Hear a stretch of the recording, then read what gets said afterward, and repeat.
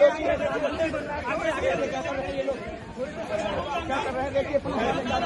लोग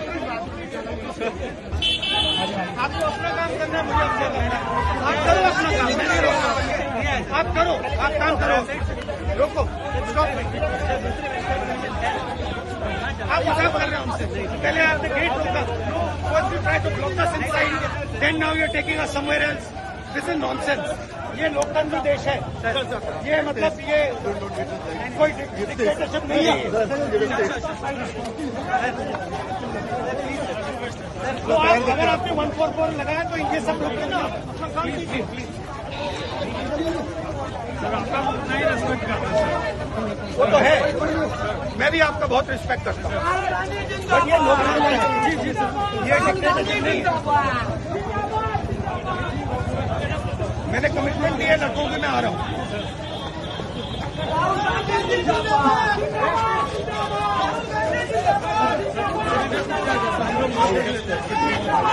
भैया देख के, पैर देख के, भैया पैर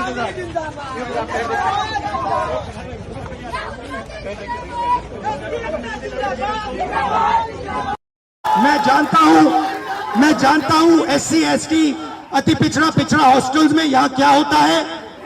मैं आपको गारंटी देता हूं, जैसे ही हिंदुस्तान में सरकार आएगी, जैसे ही बिहार में हमारी सरकार आएगी, हम ये सारा का सारा बदल देंगे और आपके लिए जो होना चाहिए वो करके दिखाएंगे।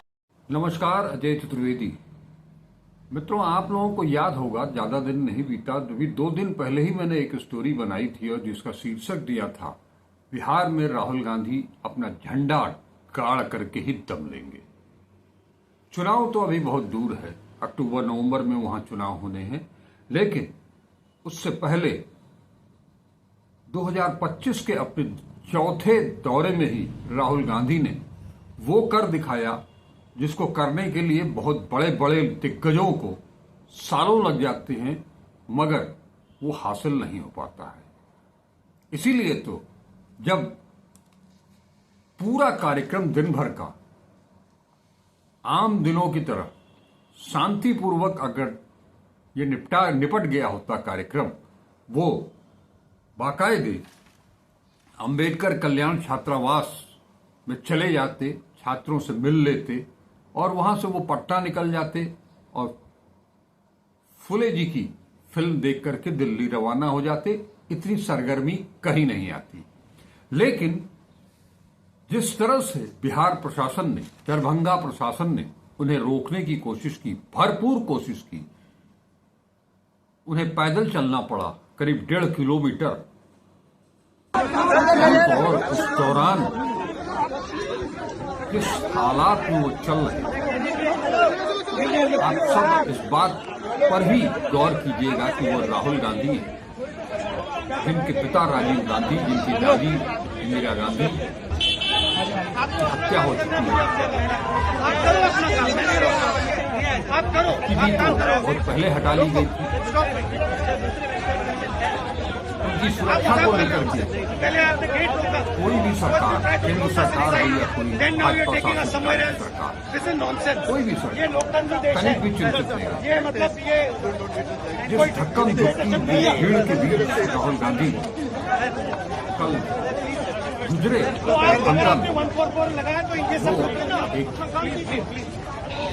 उनके लिए, देश के लिए, मैं भी आपका बहुत रिस्पेक्ट करता हूँ। घटिया प्रभाव, हालांकि वहां कोई प्रभाव नहीं आई, सरकार प्रशासन क्यों कोई प्रभाव नहीं जाए, बंदिश लगा रही थी कि आप छात्रावास के अंदर जा ही नहीं सकते। लेकिन 1.5 किलोमीटर पैदल चल करके जिस तरह से राहुल गांधी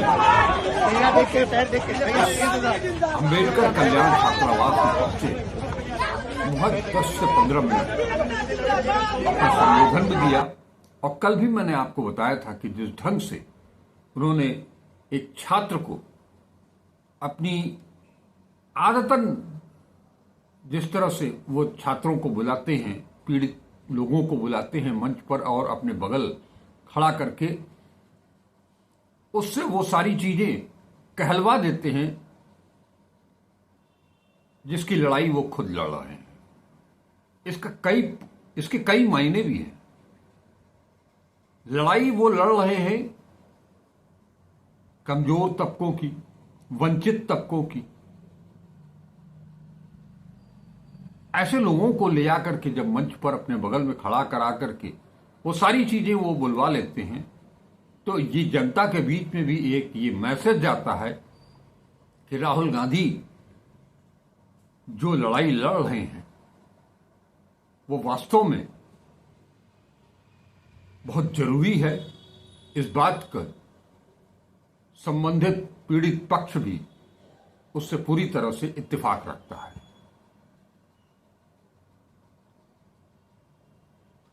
सवाल ये नहीं है, सवाल ये है कि राजनीति की बात अलग है। राजनीति अपनी जगह है, लेकिन किसी को किसी का अधिकार, किसी को उसका अधिकार देने से क्या कुछ घट जाएगा, और किसी का अधिकार उससे छीन लेने से आप क्या कुछ बन जाओगे। झेलना तो वैसे ही पड़ेगा। हर काल में कोई न कोई राहुल गांधी आपके सामने खड़ा होगा, सवाल आपसे पूछेगा कि चंद पूंजीपतियों को ही सारी धनराशि क्यों? देश के 90% लोगों को में उसका बंटवारा क्यों ना हो सही ढंग से? बताइए, जो हॉस्टल, जिस हॉस्टल में वो गए, अगर आप उसकी तस्वीर देखेंगे आप बेचैन हो जाएंगे। कैसे उस हॉस्टल में लड़के रहते हैं, सुरक्षा का कोई बंदोबस्त नहीं है, बिल्डिंग में व्हाइट वॉश हुए वर्षों बीत गए, गेट ऐसे लगे हैं जो कि जंग खा चुके हैं, बंद भी नहीं होते हैं। हॉस्टल में सीसीटीवी बोर्ड लगा है, सीसीटीवी कैमरे की जद में है, सीसीटीवी के तार जगह जगह से कटे हुए हैं, वो काम नहीं करता। बाथरूम में दरवाजे तक नहीं है, छत टपकती रहती है। बताने वाले ये भी बता रहे हैं कि कोविड के दौरान पूरी की पूरी छत बैठ गई थी। हालांकि कल राहुल गांधी इन सब चीजों से वाकिफ नहीं हो पाए, क्योंकि उन्हें वहां जाने ही नहीं दिया गया। बड़ी मुश्किल से वो पिछले दरवाजे से 1.5 किलोमीटर पैदल चल करके चिलचिलाती धूप में वो वहां पहुंचे थे।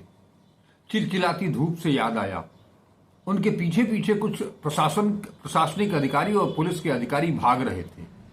पसीने से लथपथ पूरी वर्दी उनकी भीग चुकी थी, और वो राहुल गांधी जो कड़कड़ाती ठंड में कश्मीर में भी टी शर्ट में घूमते हैं, वो राहुल गांधी 42, 43, 44 डिग्री टेम्परेचर में भी उसी टी शर्ट में, उसी चिलचिलाती धूप में सड़कों पर भी घूमते हैं। वो जो एनर्जी है अद्भुत है, विराट कोहली की तरह। लेकिन 10-15 मिनट और तमाम झंझावातों को देखते के मद्देनजर वो हॉस्टल को जान नहीं पाए, देख नहीं पाए। लेकिन उनको जो मैसेज देना था वो मैसेज वो दे दिए। अब सवाल ये उठता है कि वहां पर धारा 163 यानी कि धारा 144 दो मुकदमे उनके ऊपर लाद दिए गए। जवाब क्या मिला? ये तो मेडल है। माने सरकार या सरकार के शीर्ष पर बैठे लोग, वो चाहे प्रधानमंत्री हो, गृह मंत्री हो, बिहार के मुख्यमंत्री हो, या बिहार के बीजेपी के नेता हो, या एनडीए के नेता हो, क्या फर्क पड़ता है? आप उनको जाने नहीं दोगे, वो जाएंगे। याद है आपको, आप सबको भट्टा पारसौल। लेकिन क्यों रोका जाता है बार बार? आप संभल जाने से रोक देते हो, आप लखीमपुर जाने से रोक देते हो, आप हाथरस जाने से रोक देते हो। अब अंबेडकर कल्याण छात्रावास में दलित छात्रों से मिलने, पिछड़े छात्रों से मिलने, महादलितों महापिछड़ों से मिलने, आदिवासियों से मिलने से उन्हें रोक दिया जाएगा? क्यों? क्योंकि आपकी जमीन खिसकती हुई नजर आ रही है। दरअसल एनडीए बीजेपी को ये डर सता रहा है कि ये दलित वोट बैंक अगर उनके हाथ से निकल गया तो बहुमत तो दूर की बात है, सैकड़ा तक भी नहीं पहुंच पाएंगे वो। हालांकि पिछला जो विधानसभा का चुनाव हुआ था उसमें एनडीए कुल 38 आरक्षित सीटें हैं प्रदेश में, जिसमें से पिछली बार 21 सीट एनडीए और 17 महागठबंधन के हिस्से में आई थी। और अब की बार जो माहौल राहुल गांधी ने शुरू से जनवरी के 2025 के शुरुआत से ही उन्होंने बिहार में जो सियासत को गरमाया है अपने सहयोगी कन्हैया कुमार की बदौलत, तमाम जो उनकी रणनीति थी उसको सतह पर ले आकर के जो उन्होंने खेल किया है वो बहुत दूर की कौड़ी है। वो आप सत्ता पक्ष के लोगों की समझ के बाहर की चीज है वो। लेकिन 7 घंटे बिहार में उन्होंने बिताए, शासन प्रशासन चाह करके भी कुछ नहीं कर पाया, केवल 2 मुकदमे लाद करके, जिसको कि वो अपना मेडल मानते हैं। बात भी सही है, 33-34 मुकदमे पहले से हैं, 2 और सही, क्या फर्क पड़ता है? ये सरकार, ये सत्ताधारी दल तो उनको अपने देश से ही निकाला देने के चक्कर में थे, उनकी नागरिकता पर सवाल उठाया था। क्या हुआ? क्यों नहीं गृह मंत्रालय जवाब दे पाया? इलाहाबाद हाईकोर्ट के लखनऊ पीठ को उसे खारिज क्यों करना पड़ा? आप उनका कुछ भी नहीं बिगाड़ सकते, ये उन्होंने बार बार साबित किया है। अब इसे देख करके कल की पूरी जो घटना हुई है, राहुल गांधी का जो ग्लैमर सामने आया है, पॉलिटिकल ग्लैमर, उससे एनडीए यहां तक कि दिल्ली की सत्ता की भी चूल्हे हिल गई हैं। सवाल यह है कि वो एक नया भारत, एक नया बिहार, जहां हर हाथ में काम हो, महिलाओं को सुरक्षा हो, छात्र छात्राओं को पढ़ने के लिए पूरा मौका हो। यहां तक तो कह दिया कि जो छात्र एजुकेशन लोन लेकर के पढ़ रहे हैं उनका लोन माफ किया जाए। वजह यह है कि वो अंबेडकर कल्याण छात्रावास में जो बच्चे वहां रह रहे हैं, उनके घर की हालत अगर आप जानेंगे तो आप भी द्रवित हुए बिना रह नहीं सकेंगे। उनके घरों में 2 वक्त की रोटी जुट जाए तो बड़ी बात होती है। वो नमक और तेल और प्याज के साथ रोटी खा करके देश के लिए कुछ करना चाहते हैं, समाज के लिए कुछ करना चाहते हैं, अपने प्रदेश के लिए, अपने जिले के लिए कुछ करना चाहते हैं। उनसे मिलने के लिए राहुल गांधी जा रहे थे, लेकिन उसको रोक दिया गया। और रोका किसने? एक साहब हैं बिहार के एनडीए के नेता संजय झा, जिनका कहना है, जो कि कल कलेक्टर साहब भी कह रहे थे कि छात्रावास राजनीति की जगह नहीं है, शिक्षण संस्थाएं, छात्रावास, वो लोग भूल गए जब कहा जाता था छात्रावास राजनीति की, छात्र संघ राजनीति की नर्सरी होता है, और वो नर्सरी में पढ़ने वाले छात्रावासों में ही रहते हैं।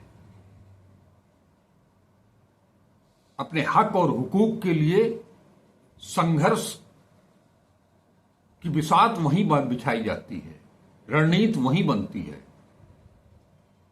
और तो और संजय झा साहब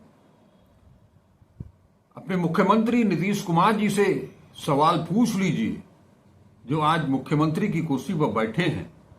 वो भी पटेल छात्रावास और जैक्सन छात्रावास में ही राजनीति कर करके 1974 में आज यहां मुख्यमंत्री की कुर्सी पर बैठे हैं। और तो और एक है रविशंकर प्रसाद, बहुत बड़े पूर्व मंत्री भी हैं, बहुत बड़े नेता हैं, बड़ा नाम है उनका, हालांकि देखने से भी बहुत बड़े लगते हैं। वो सलाह दे रहे हैं, नसीहत दे रहे हैं कि राहुल गांधी छात्रावासों की राजनीति छोड़ करके उनके घरों में जाएं, उनका हालचाल लें, जो पहलगाम की घटना के बाद से दुखी हैं, जिनके घरों के बच्चे जिनकी हत्या कर दी गई, उनके परिवार के लोगों से मिले। मेरी एक सलाह उनको भी है कि वो अपनी ये नेक सलाह प्रधानमंत्री जी को दे देते।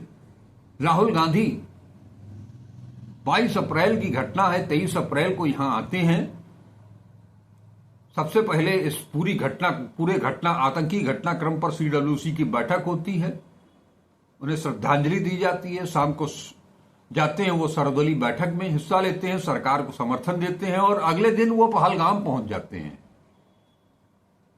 प्रधानमंत्री जी तो मधुबनी गए थे चुनाव की रैली संबोधित करने के लिए, तब तो राहुल गांधी पहलगाम गए थे, घायलों से भी मिले, पीड़ितों से भी मिले, कश्मीरी लोगों से भी मिले। और तो और वो तो जो जाबाज द्विवेदी परिवार के भी घर गए कानपुर में। वो कानपुर जहां का कार्यक्रम रद्द कर दिया था प्रधानमंत्री जी ने, और मधुबनी चले गए थे बिहार चुनाव में रैली करने के लिए। हिमांशी नरवाल के यहां भी गए, जिसके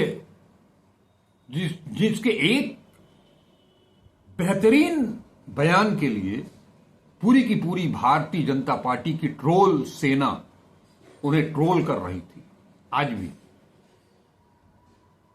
उनके घर भी गए।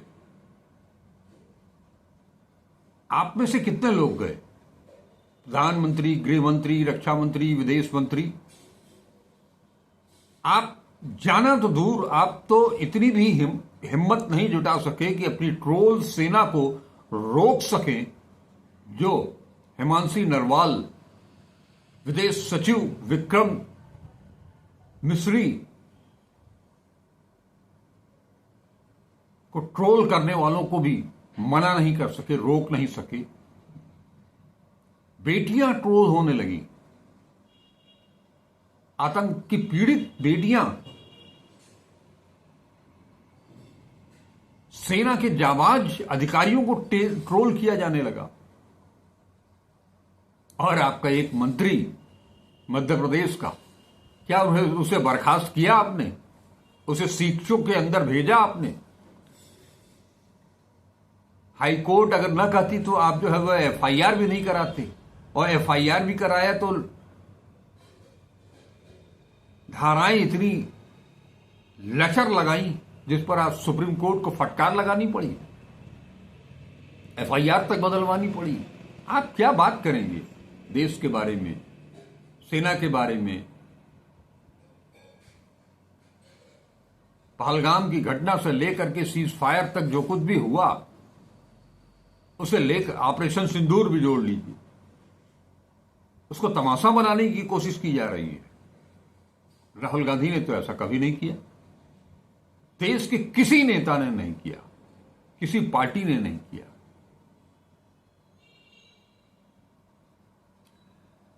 दरअसल एनडीए पूरी तरह से बिखर चुकी है।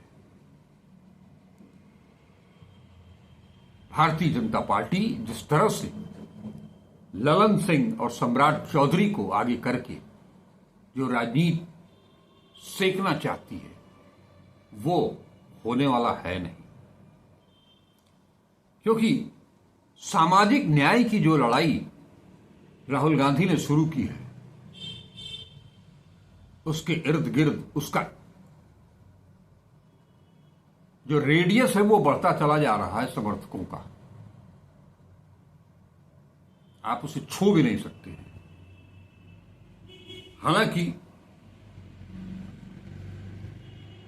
एक चीज रणनीति ये बन रही है एनडीए की तरफ से, जहां तक मुझे उड़ते उड़ते सूचना मिली है, कितनी सच है कितनी इसके बारे में मैं पूरी तरह से पुष्ट नहीं हूं, फिर भी आपको बता दूं जो चर्चाएं सुनने में आ रही हैं।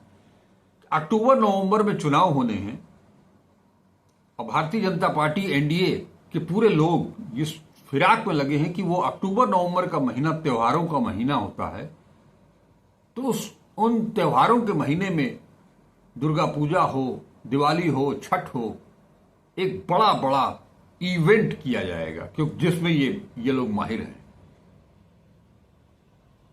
ताकि पूरा माहौल हिंदुत्व से भर दिया जाए और उसका फायदा लिया जाए।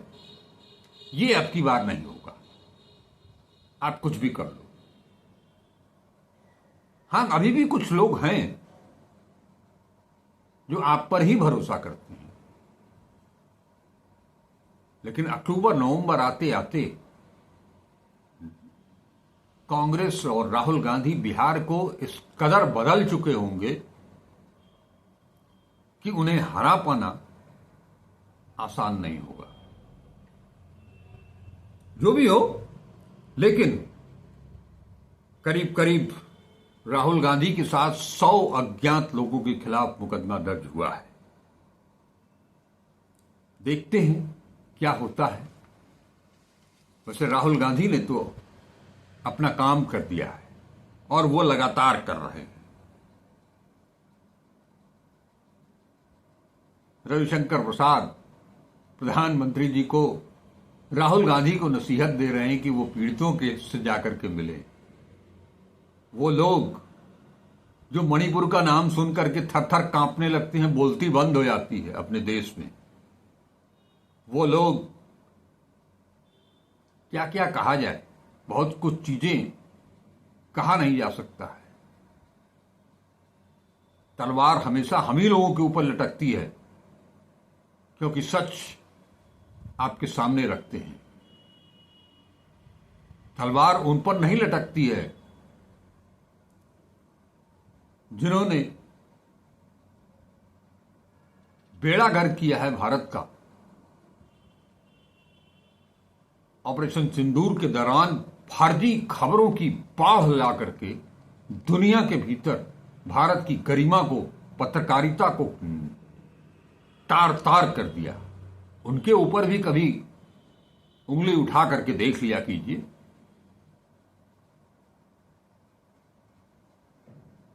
सिर्फ और सिर्फ सोशल मीडिया पर, यूट्यूब पर काम करने वाले, पत्रकारिता को जिंदा रखने वाले लोगों को जेल में डाल करके, उनके चैनल बंद करके, उनको प्रताड़ित करके, नेता प्रतिपक्ष को कहीं जाने से रोक करके, अरे जहां जवाब देना है वहां जवाब दीजिए, वहां तो बोलती बंद हो जाती है। अब यहां तक कह दिया कि एप्पल फोन हिंदुस्तान में नहीं बनेगा। है आपके पास कोई जवाब? सुना है आपने ट्रंप साहब के दबाव में अपना टैरिफ 0 कर दिया। इसकी भी घोषणा डोनाल्ड ट्रंप ही करते हैं। लगातार आपको नीचा दिखाया चला जा रहा है, देश को नीचा दिखाया चला जा रहा है, एक आतंकवादी राष्ट्र के समकक्ष ले आकर के खड़ा कर दिया है। आप कुछ बोल नहीं पा रहे हैं, कुछ कर नहीं पा रहे हैं। जरूरत अपनी ताकत का एहसास वहां कराने की जरूरत है। देश के अंदर जो नेता या जो लोग आपके साथ बिना कुछ बोले, बिना कुछ कहे खड़े रहे इस संकट की घड़ी में, उसका रास्ता रोकने से आपको कुछ नहीं मिलने वाला है। आपकी आन बान और शान इसी में है कि जो आपकी छवि को अंतर्राष्ट्रीय स्तर पर धूमिल कर रहे हैं, उन्हें मुकम्मल करारा जवाब दीजिए। नमस्कार, अजय चतुर्वेदी।